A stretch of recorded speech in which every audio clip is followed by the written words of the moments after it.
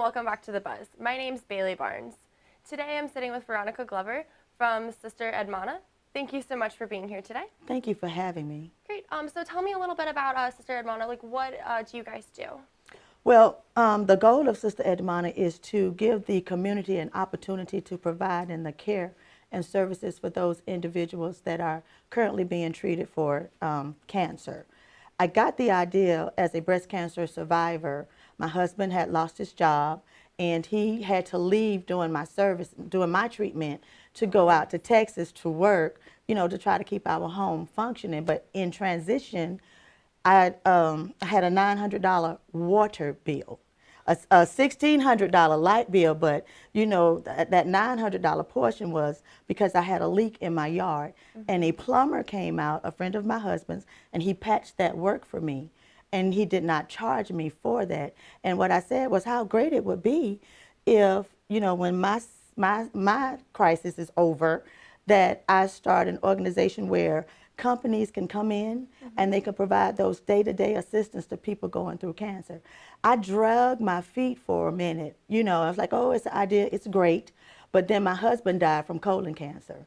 Oh, and wow. So as a part of my healing process, I just dove in and to really started working, the vision for the business. And it's been growing and changing. So right now, we provide services in 3 different ways.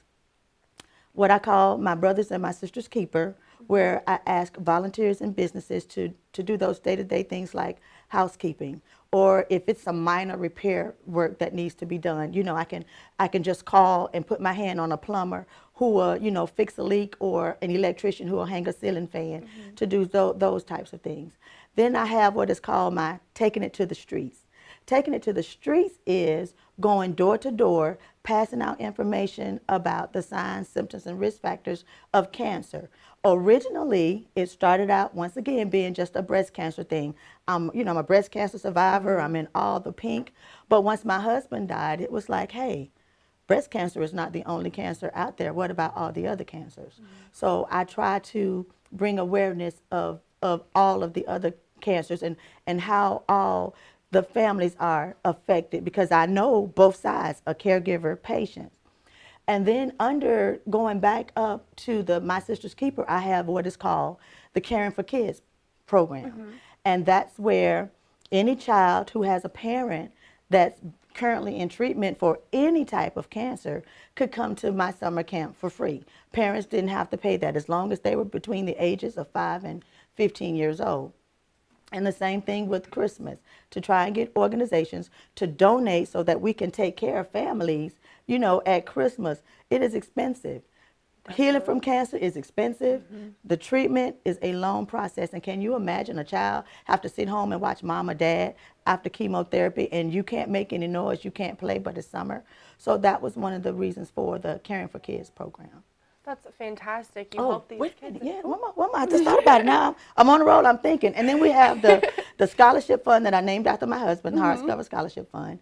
And that takes care of the cost for a high school senior who has a parent that's being treated. Because I understand that mom and dad is not well. However, you still want to participate in all your graduation activities. So we cover the cost of the cap and gown, whatever senior fees you have at the end of the year, prom, and the invitations. So and we do that. However, my friends have taken me off the person to handle that because I don't know how to say no. And girls, they need their hair done, their nails done, jewelry, accessories, shoes, and boys only need a haircut and a tuxedo.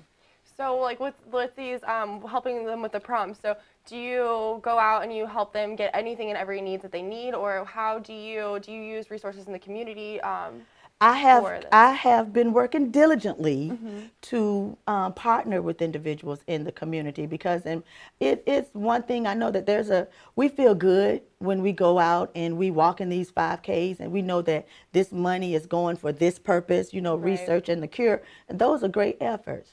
However, when you're going through cancer, there are day-to-day needs. And so that's what I want to do. I want to be the person. I'm not saying I don't need money, because I do. Of course. You know, for the machine to stay in motion. However, if I could partner with people that's willing to donate services and Who tangible goods. specifically would you like to partner with? Any and everybody. Bakers for cakes, you know, celebration cakes, Yeah. birthday cakes for your children, tradesmen, plumbers, electrician, air conditioning and heat, auto mechanics, simple oil change. You need that car operational to go back and forth to treatment, as well as provide for your family. Housekeepers, hey, I know I didn't want to wash a dish when I was going through chemo, you sure, know, yes. so, and somebody to come in. And then maybe tutors, college students, to tutor those children whose parents are going through cancer to make sure that they can stay on task, even in that stressful time. Definitely. So, I mean, any and everybody could be a volunteer with me. So when did you originally start this foundation? March 2014. And 2013. So you're fairly new, and Fairly you're trying to new. just gain, Right. have as many people get involved as you can. Right, right, yes. With your summer camp, so is that like a all summer long event, or how?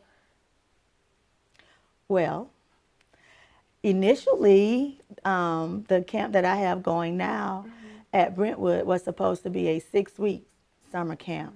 I did have an opportunity to apply for Jacksonville Children's Commission funding. However, I was taking care of my grandfather at the time, so when I did the packet was rejected because and it was done in a rush, so I'm not angry. But I decided that I was going to do camp in Brentwood anyway, because I was sure that I could find people who would donate to help me keep camp operational. Of course.